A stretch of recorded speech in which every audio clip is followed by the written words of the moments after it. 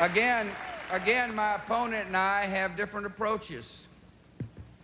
I propose, and the Congress overwhelmingly passed, $87 billion in funding needed by our troops doing battle in Afghanistan and Iraq. My opponent and his running mate voted against this money for bullets and fuel and vehicles and body armor. When asked to explain his vote, the senator said, "I actually did vote for the $87 billion before I voted against it." Then he said he was proud of his vote. Then, when pressed, he said, "It was a complicated matter." There's nothing complicated about supporting our troops in combat.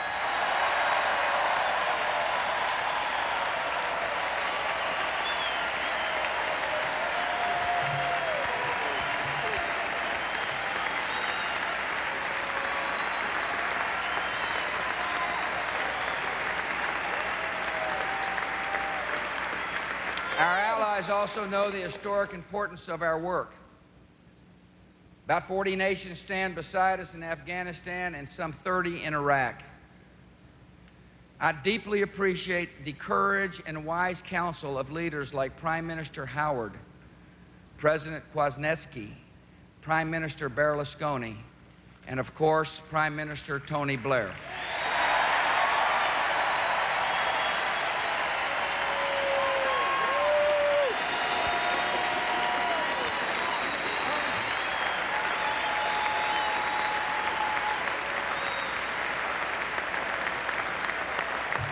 Again, my opponent takes a different approach. In the midst of war, he has called American allies, quote, "a coalition of the coerced and the bribed." That would be nations like Great Britain, Poland, Italy, Japan, the Netherlands, Denmark, El Salvador, Australia, and others. Allies that deserve the respect of all Americans, not the scorn of a politician.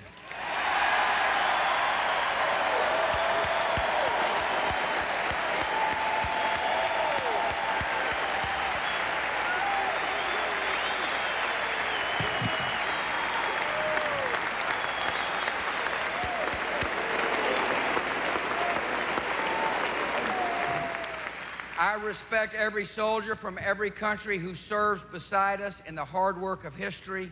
America's grateful, and America will not forget.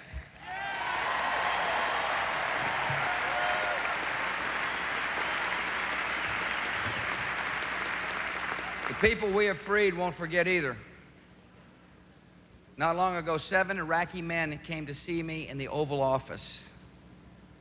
They had X's branded into their foreheads, and their right hands had been cut off by Saddam Hussein's secret police, the sadistic punishment for imaginary crimes.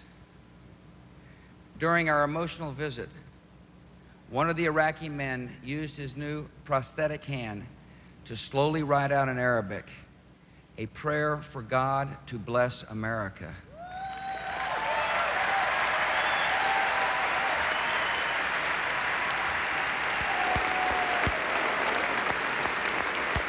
I am proud that our country remains the hope of the oppressed and the greatest force for good on this earth.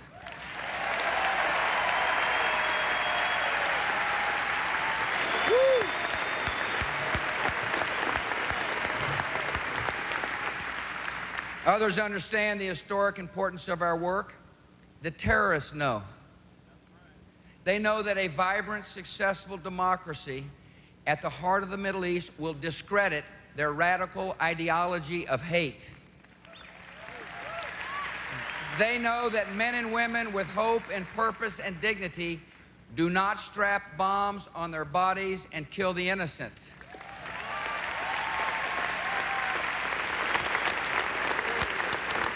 The terrorists are fighting freedom with all their cunning and cruelty because freedom is their greatest fear. And they should be afraid, because freedom is on the march.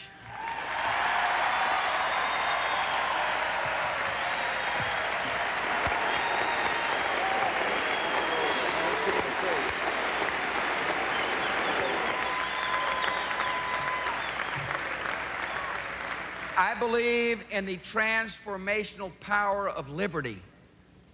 The wisest use of American strength is to advance freedom. As the citizens of Afghanistan and Iraq seize the moment, their example will send a message of hope throughout a vital region.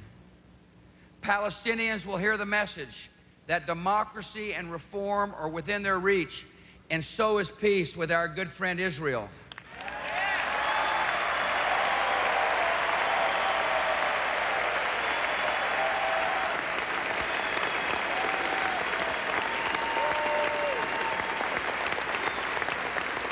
Young women across the Middle East will hear the message that their day of equality and justice is coming. Young men will hear the message that national progress and dignity are found in liberty, not tyranny and terror.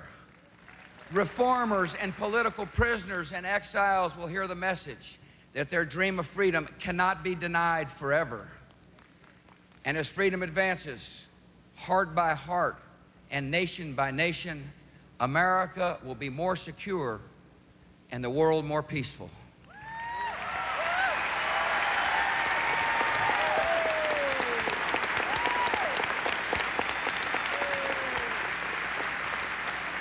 America has done this kind of work before,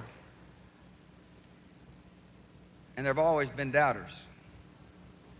In 1946, 18 months after the fall of Berlin to Allied forces, a journalist in the New York Times wrote this: "Germany is a land in an acute stage of economic, political, and moral crisis.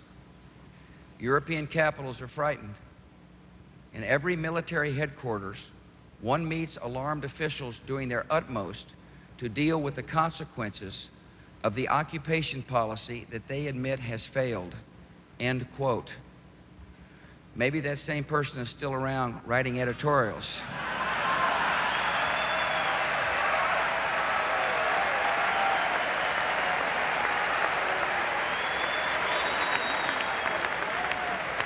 Fortunately, we had a resolute president named Truman, who with the American people persevered, knowing that a new democracy at the center of Europe would lead to stability and peace. And because that generation of Americans held firm in the cause of liberty, we live in a better and safer world today.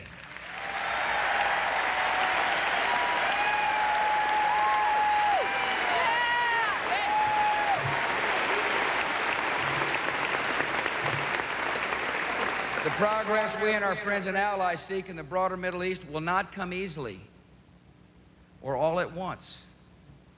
Yet Americans of all people should never be surprised by the power of liberty to transform lives and nations.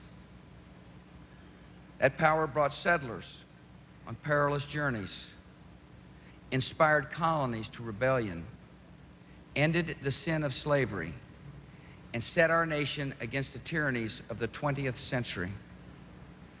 We were honored to aid the rise of democracy in Germany and Japan, Nicaragua, Central Europe, and the Baltics, and that noble story goes on. I believe that America is called to lead the cause of freedom in a new century.